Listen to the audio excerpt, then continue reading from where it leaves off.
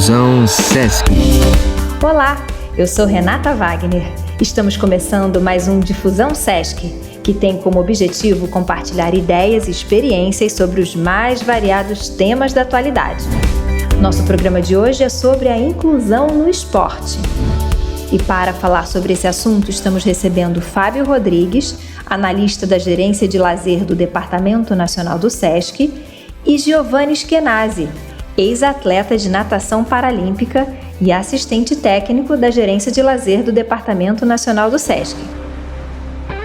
Sejam bem-vindos. Olá, tudo bem? Obrigado pelo convite. É muito bom estar aqui para poder conversar um pouco sobre esse assunto tão importante nos dias de hoje, a inclusão através do esporte, né? Olá, pessoal. Espero que estejam todos bem. Fico muito feliz pelo convite. Para mim é sempre uma excelente oportunidade falar sobre esporte, inclusão e a minha carreira. E vai ser um bate-papo muito legal. Com certeza. Então vamos lá. Sabemos que o esporte é importante na qualidade de vida de qualquer pessoa e também é uma poderosa ferramenta de ajuda na reabilitação e inclusão social. Fábio, de que forma ele pode ser cada vez mais inclusivo? Bom, falar sobre o esporte, a inclusão, ele abre um leque muito grande, né, de possibilidades, porque a gente tem uma diversidade muito grande hoje de gênero, classe social, cor, pessoas com deficiência, que vai ser o nosso foco principal hoje, né, e entre outros grupos que a gente acaba não citando. É legal a gente contextualizar um pouquinho o esporte, porque as pessoas conhecem muito o esporte nos dias de hoje, entender um pouquinho dessa evolução, ela é interessante, né. Então, bem interessante. Exato. No início da história da humanidade, o homem, naturalmente, ele era obrigado a lutar pela sobrevivência dele, né? Ele corria atrás de alimentos, caçava, fugia de animais, se protegia de animais maiores que eles, predadores. Então já era uma competição natural, né? Para a sobrevivência dele, tanto contra animais maiores que eles, predadores, contra outras pessoas que também buscavam alimento. Então, aí já começa a nascer um pouco da essência do esporte, a competição, né? Uhum. Aí, em determinado momento, a humanidade passou a viver em grupos, em tribos, e isso foi fortalecendo, e a necessidade era a mesma, buscar comida para a tribo. Então os melhores caçadores, os melhores homens mais treinados iam em busca de alimentos também, e aí a gente começa a ver a disputa entre tribos já. E isso começa a ter a lógica de um esporte surgindo para mediar e ver e conhecer quem são as pessoas mais habilidosas, quem são as pessoas que têm melhor condição de caçar, de correr. Interessante, né? Bem interessante. E você começa a medir essa situação entre os povos e começar a ver quem são os guerreiros, e assim o esporte vai nascendo naturalmente. E naturalmente a gente vai precisando treinar melhor para poder representar melhor o povo dele, para poder também ter a caça, e assim vai. E essa evolução vai chegando ao ponto onde está o esporte hoje, evoluindo com regras para ser uma competição mais justa, né? Quando você faz a competição e não quando você está atuando. Então é muito interessante, porque a gente conhece o esporte dito como hoje, mas a gente não pensa que ele surgiu de uma forma natural, e a competição sempre foi uma essência, né? Sim, então, da onde o esporte moderno veio, né? Exatamente. O esporte moderno parte de todo esse histórico com a evolução e virando o esporte propriamente dito, muito mais do que uma necessidade básica, como era antigamente, né? Então, toda essa estrutura de treinamento que acaba surgindo junto, ela beneficia não só o atleta, mas como as pessoas. Como a gente percebe que a qualidade de vida é um fator importante, a gente começa a ver que a gente faz muito menos atividade física que os nossos ancestrais, lá do início da nossa conversa, que corriam, caçavam e sobreviviam. A gente precisa fazer atividade física para melhorar a nossa qualidade de vida, né? Então aí a gente começa a ter essa condição de usar a própria ferramenta do esporte como esse benefício para a gente, porque esse treinamento não é só para o atleta, ele serve também para a gente, né, com níveis diferentes, claro, conforme as pessoas. E aí a gente também entra na possibilidade da inclusão, porque tudo isso é feito para todas as pessoas. Então, na hora de incluir as pessoas, a gente tem que pensar nisso. Há muitas barreiras que a gente vai conversar aí ao longo do nosso bate-papo, e uma das barreiras que eu vejo que a gente pode pensar é o acesso, né? Essa é uma das principais. E eu acho que a melhor forma de a gente tratar a inclusão no esporte é minimizar essas barreiras. Exatamente. A gente vai falar muito sobre isso aqui no nosso podcast hoje. E, Giovanni, eu queria te perguntar uma coisa. Quais as possibilidades de inclusão e integração na prática? Seguindo esse histórico, né, do surgimento do esporte como sobrevivência, essa questão de eliminação de barreiras é muito antiga também, né? Durante a Segunda Guerra Mundial, o médico alemão que fugiu, o Ludwig Guttmann, fugiu para a Inglaterra, né? Ele começou a tratar os soldados feridos de guerra e ele percebeu que uma excelente ferramenta de reabilitação, reinserção e inclusão social dessas pessoas foi através de atividades esportivas, né? E ele conseguiu, através de métodos do atletismo, fazer com que pessoas com paraplegia, tetraplegia, amputações, né, voltassem a conviver, enxergassem novamente um objetivo, né, uma possibilidade nas suas vidas. E esse foi o grande início. Olha que a gente está falando do fim da Segunda Guerra Mundial, né? E a gente não está tão longe assim, né? Não está tão longe, mas e a gente continua lutando muito por essa eliminação de barreiras, né? Eu costumo falar, na teoria assim, pode parecer complicado, mas na prática é bem fácil da gente incluir, né? Tornar o esporte inclusivo, integrativo. E agregador, né? E forma de juntar a todos, né? Claro, uma forma básica, assim, são as vivências, né? Quando uma pessoa convencional, ela começa a perceber o que pode ser uma dificuldade que uma pessoa com deficiência tem no seu dia a dia, a gente começa um movimento de diminuir algumas barreiras, né? Isso pode ser levado também para o esporte, para que pessoas que praticam esporte, que convivem em academias, em clubes, ou seja, na educação física escolar também, possam conhecer algumas práticas que tornem possível que pessoas com deficiência participem junto com elas, né, de uma aula, de um evento, né, ou de qualquer outra situação. Exatamente. É um exercício que trabalha muito a empatia, né? Isso. Eu costumo falar para as pessoas assim, pô, que tal tomar um café às cegas, né? Que tal jogar um voleibol sentado? Você começa Vamos experimentar a realidade do outro também, né? Exatamente. E aí você começa naturalmente a imaginar nas suas situações cotidianas como pequenas atitudes poderiam fazer com que muitas mais pessoas participassem também e tivessem acesso a determinadas experiências, eventos, né, lugares. Fábio, você gostaria de complementar essa questão?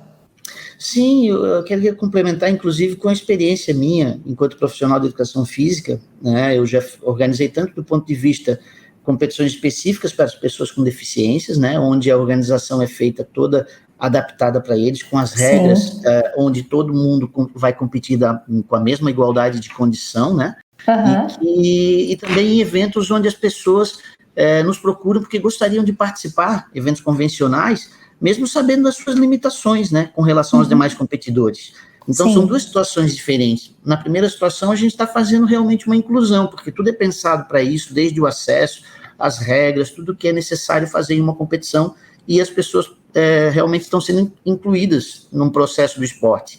Sim. Mas, às vezes, há poucas pessoas interessadas em participar, ou que realmente treinam. Tem muitas pessoas com deficiência que não gostam de se expor, né? Então, as pessoas que treinam, elas têm poucas oportunidades, muitas vezes. Então, aconteceu por diversas vezes de pessoas com deficiência nos procurarem para participar de uma competição convencional, para ter uma oportunidade de competir a mais. Não está muito preocupada com o seu resultado, mas sim em participar.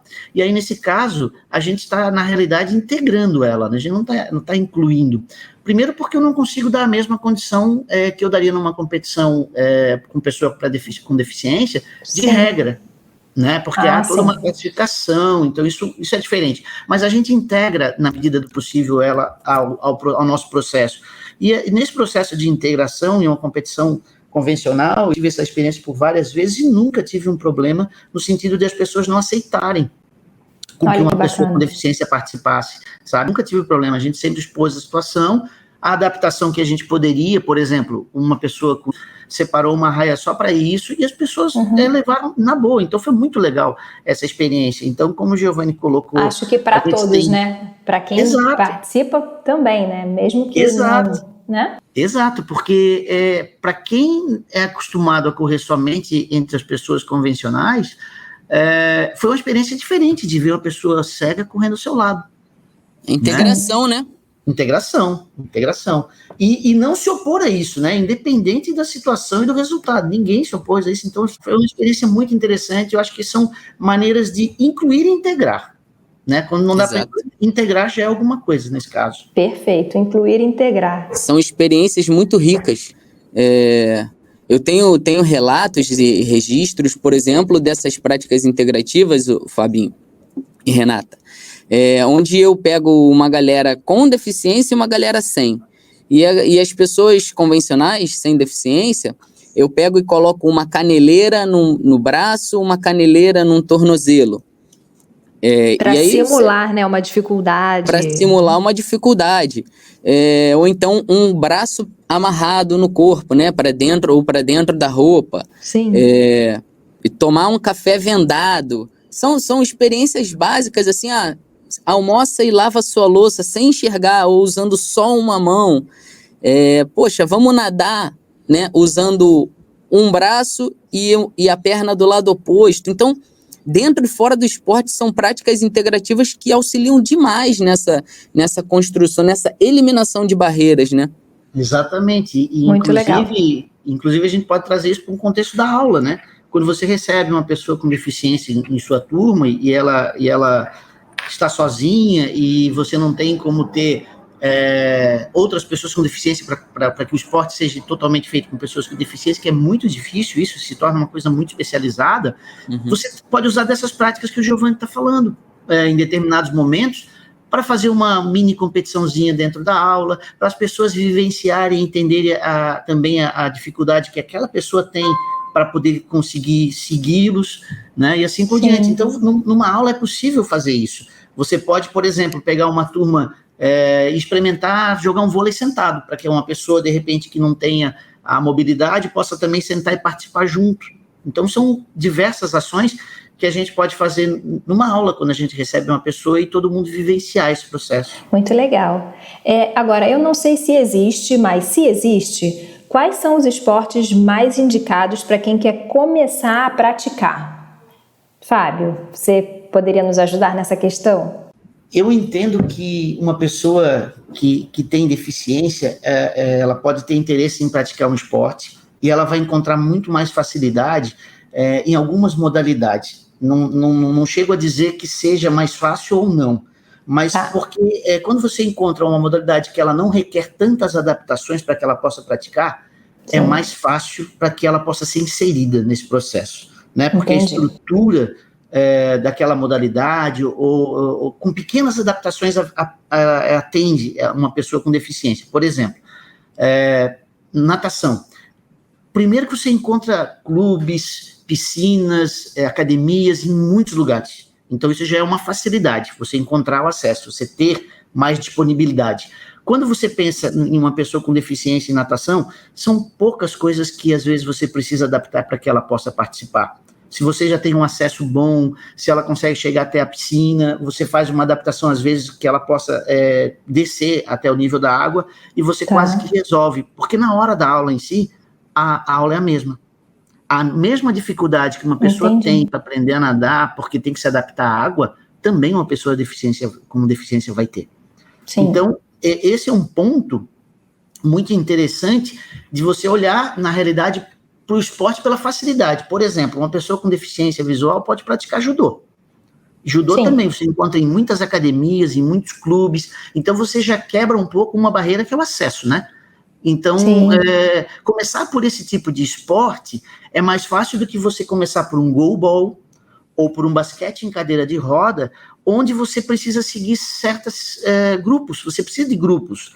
O basquete com cadeira de roda, mesmo que a pessoa não tenha necessidade de usar cadeira de roda, que ela tenha uma deficiência, que ela consiga se locomover, mas ela precisa sentar na cadeira de roda para jogar.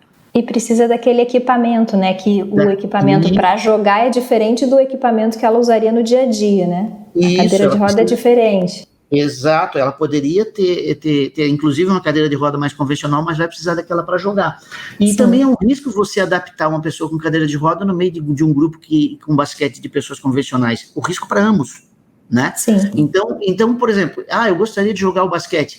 Pô, é muito interessante, mas você vai ter uma barreira inicial que é encontrar um grupo de pessoas com deficiência que joguem basquete. Então, eu penso que o esporte pode ser mais inclusivo nesse aspecto. A facilidade eu tenho interesse em praticar porque eu quero melhorar a minha qualidade de vida. Então, procurar onde é mais fácil, num primeiro momento. E aí você, depois, com o tempo, você vai descobrindo, inclusive, habilidades suas que você não sabia, e aí, de repente, você vai se inserindo a grupos, vai conhecendo esses grupos pela sua cidade, mas eu acho que começar sempre por os locais de esporte convencional, que são mais fáceis de adaptar, como uma aula de judô, como uma aula de natação, são exemplos interessantes. Bacana. O próprio atletismo, pela facilidade de ambientes para correr, né? Exato, bem lembrado. Uma pessoa com deficiência que tem um guia, ela corre em qualquer lugar, junto com o seu guia. Sim. Bom, e quais são as principais barreiras e os desafios da inclusão no esporte hoje, Giovanni? Durante pouco mais de 11 anos de carreira, eu pude perceber que o acesso, né, e a mobilidade, diria a mobilidade urbana, né, seria principal. Uma pessoa que mora em Nova Iguaçu, vou trazer para a realidade do Rio de Janeiro, sim, tinha muita dificuldade de chegar aqui na Barra para treinar, de chegar em Niterói, por exemplo, que era outro centro de referência, né, de treinamento de pessoas com deficiência. Pelo transporte, pela qualidade de vias públicas e calçadas, né? Então, acho que mobilidade urbana seria a maior das dificuldades, né? É um grande problema, né, nas cidades hoje, né? Sim. Mas esse não é o único problema, né? Esse é só o mais comum. Tem um fato que é muito triste, mas muitas pessoas com deficiência que são um potencial dentro do esporte, ou onde o esporte agregaria muito para a sua qualidade de vida, né? Elas não se enxergam como pertencentes, como protagonistas na sociedade, então elas se escondem. Às vezes famílias esse também escondem, né, essas pessoas. Exato. Né? Às vezes esse movimento nem parte da própria pessoa, mas da família. Isso é uma realidade muito triste, mas eu acompanho isso há muito tempo, né? E, por último, mas não menos importante, eu acho que é a falta de capacitação profissional na área, né? Para atender esse público que é muito específico. Por muitas vezes, se uma pessoa com deficiência tem vontade de iniciar no esporte, de praticar um esporte pela sua qualidade de vida, e ela encontra um profissional que não consegue adequar as atividades à sua realidade, né, à realidade da pessoa, isso é desmotivante. Acaba até desistindo, né? Sim. Eu passei por isso e eu já era um atleta profissional quando passei por isso e foi muito ruim. E aí você imagina, né, num nível de alto rendimento isso acontecendo, imagina lá embaixo, para uma pessoa que está saindo de casa, falando, não, eu vou começar, eu vou fazer, e ela já encontra a barreira do acesso, ela não se enxerga como protagonista muitas vezes, ou as pessoas não a enxergam como protagonista da sua própria vida, e o profissional que vai atender ela não é capacitado o suficiente e não dá o melhor atendimento. Então, são barreiras que acabam com a vivência da pessoa nesse meio, né? E ela venceu várias barreiras para chegar ali, né? No espaço para a prática do esporte. E de repente não consegue se adaptar porque o profissional também não consegue dar conta dessa limitação que ela tem, né? Exato. Pois e o esporte pode ser transformador na vida dessas pessoas, claro, né? E libertador. Foi na minha. Com certeza. Eu concordo com o Giovanni. Eu acho que a estrutura urbana em si já é a principal barreira. É uma delas. Eu vi uma reportagem de uma mãe que precisava levar um filho, que é uma pessoa em cadeira de rodas, para fazer tratamento médico, e isso acho que era semanalmente, se eu não me engano, e ela tinha que pegar um ônibus para isso. Então, um ônibus com elevador levou quase 2 horas, porque um passava e não tinha, outro passava, tinha o elevador, estava quebrado, o outro estava lotado demais, e por aí vai.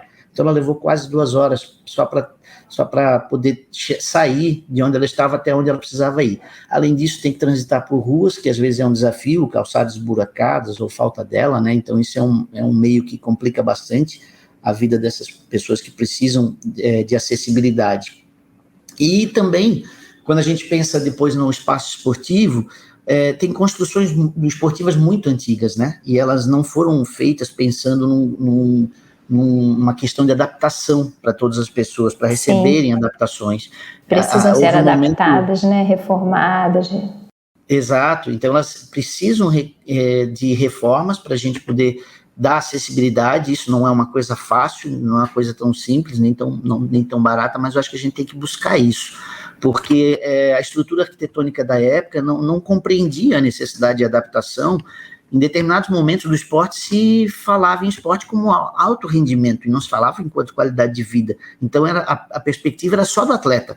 E aí, praticamente, a gente fala de um tempo em que nem existiam as competições paralímpicas ainda, essas construções, né? Então não eram pensados nesse aspecto. E à medida que a gente vai conseguindo fazer essas adaptações, a gente vai melhorando essa acessibilidade. Hoje já se constrói pensando nisso, já se constrói com perspectivas de incluir pessoas. Então a gente já está melhorando esse processo no esporte, né? E eu concordo muito com o Giovanni que a pessoa às vezes prefere o anonimato, né? Ficar em casa, seja por vergonha, seja por outro motivo, mas ela às vezes não entende que qualquer um de nós pode se beneficiar do esporte e da atividade física. Fazer uma atividade física é importante para melhorar a condição de saúde de qualquer pessoa, a longevidade e até melhorar a autoestima, no caso de uma pessoa que às vezes não sai de casa por conta disso. Ela pode perceber que ela deve sair, que ela deve se integrar e que ela tem direito a isso, como qualquer pessoa tem, né? Então, eu vejo que as principais barreiras e desafios envolve muitas vezes recursos financeiros, né? Outras vezes basta apenas abrir a porta para o novo e aceitar, né? Uma coisa muito interessante também é como a tecnologia, né, ajuda as pessoas, né, na evolução dos materiais, das próteses, das cadeiras, de uma série de coisas, e que isso possibilitaria que as pessoas saíssem mais, praticassem mais esporte, mas ainda são materiais com custo muito alto. Exato, Renata. A barreira financeira nessas horas ela fala muito alto, muito alto. Você imagina uma cadeira de rodas que custa mais de 100 mil reais hoje.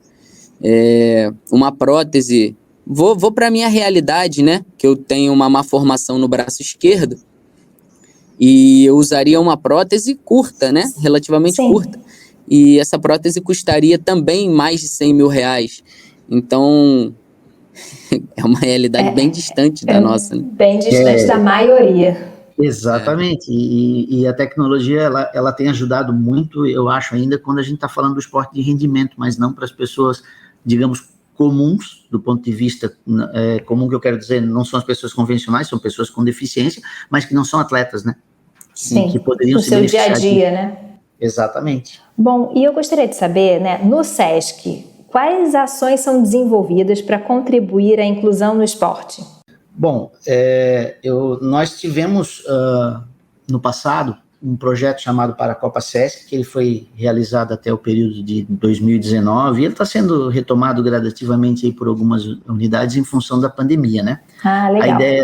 A ideia desse projeto é que a gente possa trabalhar um pouco essas questões, valorizar a questão das pessoas com deficiência dentro do esporte, capacitar os nossos profissionais para que eles possam ter essa condição, e não só os nossos, mas os profissionais da cidade onde está sendo realizado, para que a gente possa ter essa condição de melhorar esse atendimento, saber como receber uma pessoa com deficiência, não só pelo acolhimento, mas tecnicamente como a gente lidar com isso, e facilitar com que ela possa se integrar realmente ao processo, né, e ter um processo de inclusão.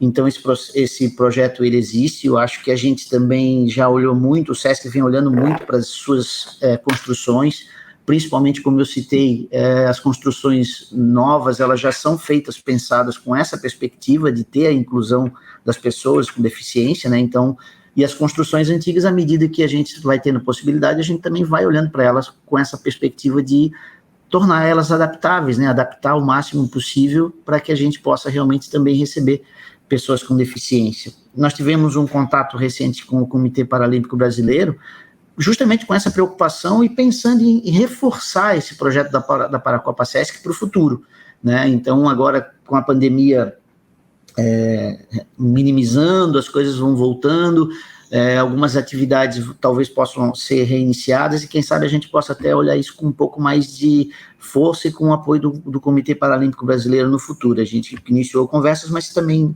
não acabaram não evoluindo por conta da pandemia e a gente vai com certeza retomar esse processo. Mas em breve, com certeza, isso vai ser retomado.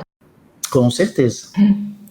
Giovanni, você gostaria de complementar? Não, Fabinho disse tudo. Essa parceria a gente vem tentando, esse projeto ele vai ganhar mais força à medida que a pandemia minimize, né?